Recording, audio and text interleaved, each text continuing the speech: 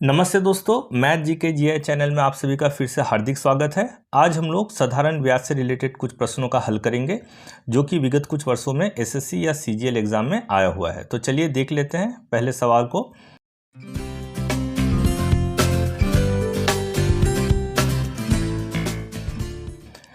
एक निश्चित राशि साधारण ब्याज पर 5 वर्षों में स्वयं की तिगुनी हो जाती है, तो कितने वर्षों में यह 5 गुनी हो जाएगी। तो मान लेते हैं वो राशि हम लोग मान लेते हैं वो राशि मेरी P है, तो P मान लिए। तो देखिए 5 वर्षों में वो क्या हो जाती है, अपने का 3 गुना हो जाता है। तो अगर इसी पैसे को अगर हम लोग 5 वर्ष तक अगर हम लोग रखेंगे, 5 वर्ष तक, तो ये क्या बोल रहा है, ये 3 गुनी हो जाती। तो P का 3 गुना क्या हो जाएगा, 3P। ठीक है, अब हम लोग क्या करेंगे, इससे हम लोग रेट निकाल लेंगे या प्रतिशत निकाल लेंगे, कितना है ब्याज दर कितना है। ब्याज रुपयों में कितना मिल रहा है, 3P माइनस P अगर घटा देंगे तो 2P मेरा ब्याज मिल रहा है पैसों में। तो चलिए अब हम लोग इसको फॉर्मूला में बिठा देते हैं। क्या होता है हम लोग का फॉर्मूला, SI मतलब सिंपल इंटरेस्ट या साधारण ब्याज is equal to P into T into R बटे 100। यहाँ P का मतलब है प्रिंसिपल, जो पैसे को हम लोग रखते हैं, T मतलब कितने सालों के लिए रखते हैं, रेट मतलब कितना मेरा प्रतिशत है ब्याज का वो। तो चलिए बिठा देते हैं। तो देखिए सिंपल इंटरेस्ट या साधारण ब्याज तो मेरा 2P है। अच्छा, ये मेरा P तो है ही, P रहने दीजिए। T मतलब टाइम कितने सालों के लिए, 5 साल, तो 5 गुना रेट मतलब हमको प्रतिशत निकालना है ब्याज का बटे 100। अब हम लोग क्या कर लेते हैं, हम लोग ये P और ये P देखिए कट जा रहा है। अब हम लोग R इंटू 5 बराबर 2 गुना 100, तो इसलिए R बराबर हो जाएगा 2 गुना 100 बटे 5। काट लेते हैं, 5 दूनी 10, तो मेरा निकल गया ये आपका 40%। तो रेट मेरा निकल चुका है। अब देखिए यहाँ पे क्या बोल रहा है, हमको यहाँ पे बोल रहा है तो कितने वर्षों में यह 5 गुनी हो जाएगी। तो पैसा तो मेरा P था, अब बोल रहा है वो 5 गुनी हो जाएगी कितने वर्षों में। तो वही मेरा P पैसा था, वो 5 गुनी हो जाएगी, तो वो हो जाएगा 5P। लेकिन कितने वर्षों में वो तो हमको नहीं पता है, वो टाइम हमको निकालना है। तो चलिए इसी फॉर्मूला में हम लोग फिर से बिठा देते हैं। तो क्या हो जाएगा, वही SI is equal to P into T into R बटे 100। तो सिंपल इंटरेस्ट देखिए कितना है मेरा, 5P हो जाएगा पैसा, P पैसे से। तो इसका मतलब इसको अगर इससे घटा देंगे तो कितना मेरा ब्याज मिलेगा, तो 5P से 1P को अगर घटा देंगे, 5P से अगर 1P को घटा देंगे तो मेरा 4P, यही मेरा ब्याज हो गया। तो चलिए सिंपल इंटरेस्ट मतलब ब्याज मेरा हो गया 4P। अच्छा, P मेरा P ही रहेगा, गुना T मेरा कितना हो जाएगा, टाइम हमको निकालना है, और रेट हम लोग निकाल चुके हैं 40%, तो ये 40 हम लोग लिख लिए, नीचे 100 आ गया। अब देखिए यहाँ पे P और P मेरा कट जाएगा, तो T इंटू 40 बराबर 4 गुना 100, इसलिए T बराबर क्या हो जाएगा, 4 गुना 100 बटे 40। तो 4 से ये 10 बार में, और ये कटा तो सिर्फ 10। इसका मतलब ये 10 साल हमको लगेंगे उसी पैसे को 5 गुना होने के लिए। तो मेरा आंसर हो जाएगा 10, जो कि ऑप्शन मेरे ए में देके रखा है। अब हम लोग प्रश्न 2 में आ जाते हैं, जो कि एसएससी 2010 में आया हुआ था। बोल रहा है जो 3600 की राशि को 2 भागों में इस प्रकार विभक्त करे कि पहले भाग पर 5% वार्षिक दर से 3 वर्ष का साधारण ब्याज, दूसरे भाग पर 6.1/4% वार्षिक दर से 4 वर्ष के साधारण ब्याज के बराबर हो। ये राशियां हैं क्रमशः क्या क्या राशि है। तो बोलने का मतलब है यहाँ देखिए 3600 रुपया है, इसको बोल रहा है 2 भागों में विभक्त कर दीजिए। तो पहला कुछ भाग होगा और जो रिमेनिंग बचेगा उसका कुछ भाग होगा। अब पहले भाग को 3 वर्षों के लिए रख रहे हैं 5% के सूद के हिसाब से, और दूसरे भाग को 6.1/4% के सूद से रख रहे हैं 4 वर्षों के लिए। तो हमको दोनों से जो ब्याज मिल रहा है वो मेरा क्या बोल रहा है, बराबर है। तो चलिए हम लोग करते हैं। तो मान लेते हैं जो पहली जो राशि है वो है मेरा x, पहला राशि।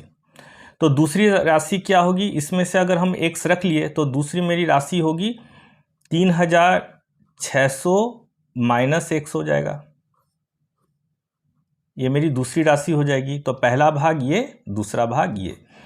अब पहले भाग के ऊपर हमको कहा गया 5% और 3 साल के लिए ब्याज मिल रहा है। तो हम लोग का वही जो फॉर्मूला है SI = PTR/100। तो चलिए हम लोग बिठा देते हैं।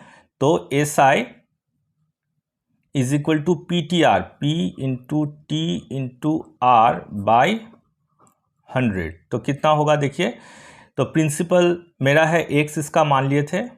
टाइम कितने साल के लिए है, देखिए ये 3 साल के लिए है, तो 3 बिठा देंगे, गुना R रेट मेरा है 5%, तो यहाँ पे 5 हम लोग बिठा दिए, बाय यहाँ पे 100 है, हम लोग 100 बिठा देंगे।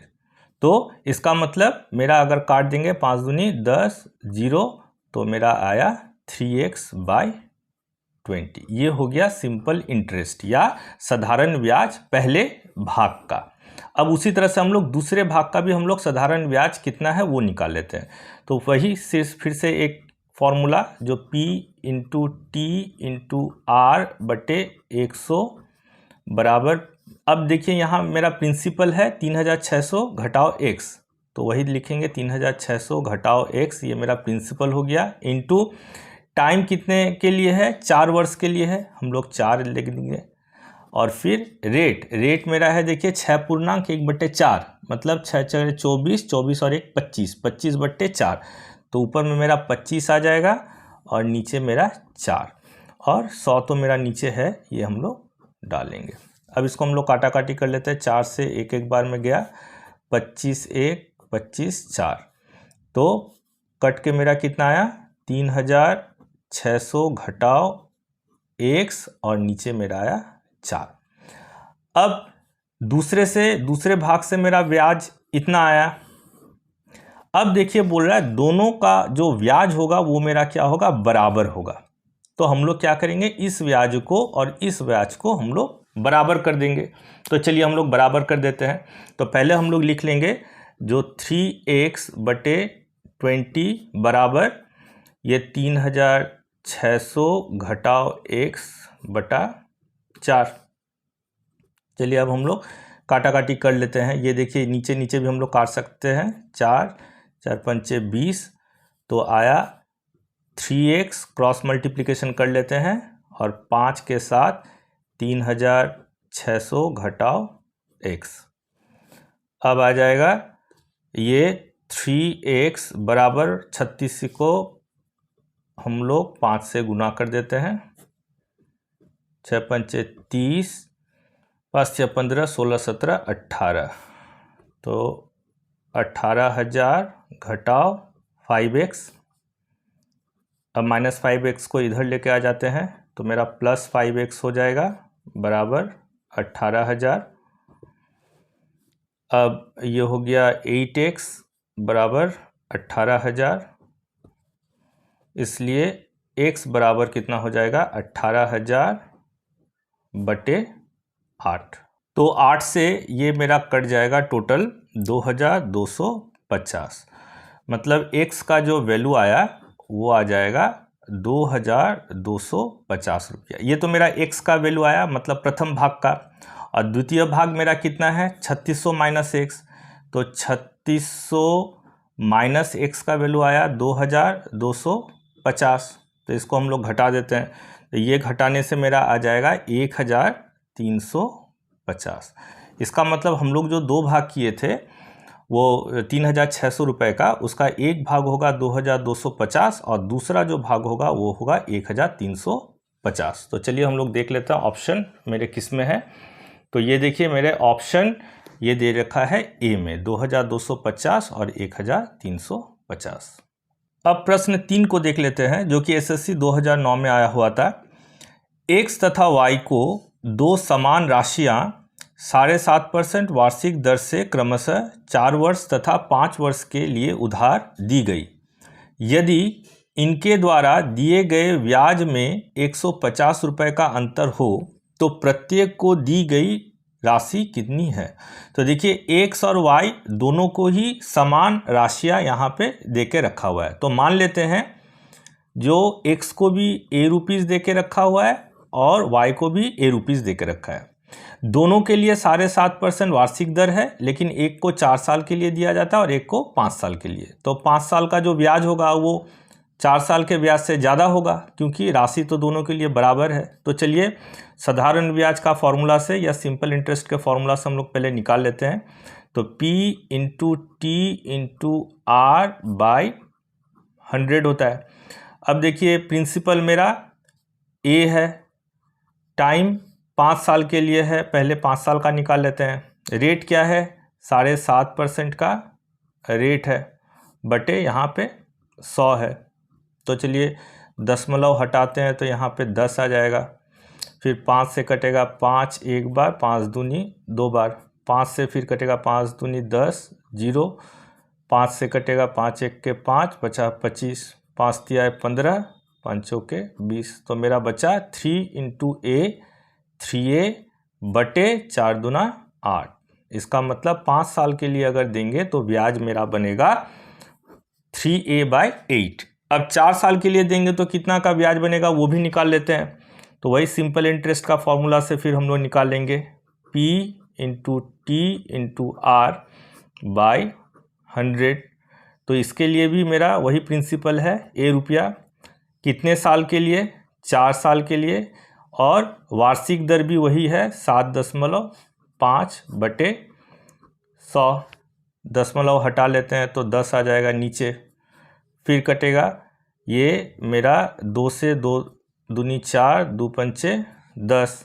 अब इसको 5 से काट लेते हैं यहाँ से, 5 एक के 5, 15 पचे 75। फिर मेरा 5 से कटेगा, 5 तिया 15, 5 दूनी 10, और ये फिर 2 से कटेगा तो ये मेरा 10। तो ऊपर में आया 3 इंटू ए 3a और नीचे में आया 10।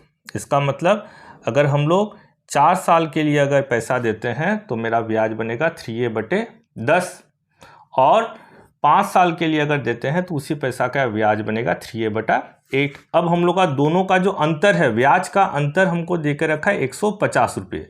तो चलिए हम लोग निकाल लेते हैं। तो ये मेरा 5 साल का ब्याज है तो ज़्यादा होगा, तो इसको हम लोग पहले लिख लेते हैं, 3a/8 घटाओ ये 4 साल का ब्याज है 3a/10 बराबर कितने का अंतर है, 150 रुपये का। 8 और 10 का लॉस ऑफ वन निकाल लेते हैं, तो आया 5 के 20, 20 दूना 40। तो 8 पंचे 40, 5 5 तिया 15a, ये 4 बार में जाएगा तो 12a बराबर 150। अब ये 15a से 12a गया तो 3a/40 और ये 150/1, तो 3a बराबर 150 गुना 40। तो सिर्फ a बराबर हो जाएगा 150 गुना 40/3। तो काट देते हैं तो आया 50 गुना 40 बराबर 00, ये आया 2000। इसका मतलब ए का वैल्यू जिस पैसे को उन लोग को दिया गया था वो है 2000 रुपये। तो एक्स को भी 2000 दिया गया था और वाई को भी 2000। तो ऑप्शन ये मेरे हैं, देखिए ये सी में दे के रखा है। अब हम लोग प्रश्न 4 में आ जाते हैं, जो कि एसएससी 2009 में आया हुआ था। कितने वर्षों में 12% वार्षिक दर से 3000 रुपये का साधारण ब्याज 1080 हो जाएगी। तो देखिए ब्याज मेरा दे के रखा है, प्रिंसिपल मेरा दे के रखा है, परसेंटेज जो वार्षिक दर है वो दे के रखा है, लेकिन कितना साल वो निकालना है। तो चलिए हम लोग वही फॉर्मूला बिठा देते हैं, SI is equal to P into T into R बटे 100। तो देखिए SI साधारण ब्याज मेरा 1080 रुपया दे के रखा है, 1080 रुपया। प्रिंसिपल मेरा दे के रखा है 3000 रुपया, तो 3000 गुना टाइम हमको देखिए वर्ष कितना है यही तो हमको निकालना है, तो टी रख दिए। और रेट मेरा 12% का दे के रखा है, तो 12% मतलब नीचे जो है वो 100 यहाँ दे के रखा है। तो चलिए क्रॉस मल्टीप्लिकेशन कर लेते हैं पहले। तो इसको 1 से गुना करेंगे तो यही आएगा 3000 गुना टी गुना 12 बराबर 100 गुना 1080। तो इसलिए टी बराबर कितना हो जाएगा 100 गुना 1080 बटे ये मेरा नीचे में आ जाएगा 3000 गुना 12। अब हम लोग काट लेते हैं, देखिए इसका 2 जीरो, इसका 2 जीरो, फिर ये 8 और 1 9, हाँ 3 से कटेगा।